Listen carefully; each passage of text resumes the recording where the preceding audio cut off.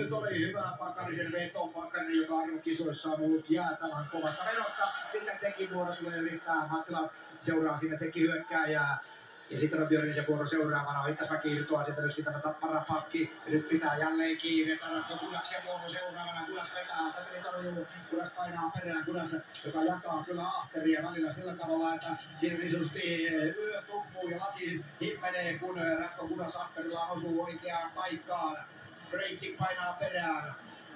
Toinen pelattu, kun Greitsik jälleen avaa pitkällä ja hyvällä tuonne hyökkää siniviivalle ja Suomella on Pakarinen kiekon kanssa menettää sen, mutta hyvin paikkaustoimenpiteet toimivat. Ja sitten on Jääskä vuoro seuraavana, antaa liian vaikean syötymisen, kiskee välittömästi vastaan. Kun Suomella on vähän vielä vaihto kesken, siellä Lehtonen painaa perään, antaa jälleen pikkuisen pelottavasti ränniin ja Granlulle tulee kiire. San Joseessa 60 pinnaa tehnyt ja Granlulle pelasi hienon kauden, vaikka San Jose pelasi aivan surkeana kaudella koko NHL:n hännän huippu ja Tsekki tulee jälleen. Tällä kertaa keskeltä haetaan ja Sakari katselee jo, että minne tuokin paukku menee ja niin kuin yleisön reaktioista kuuletteli, huokailua tulee.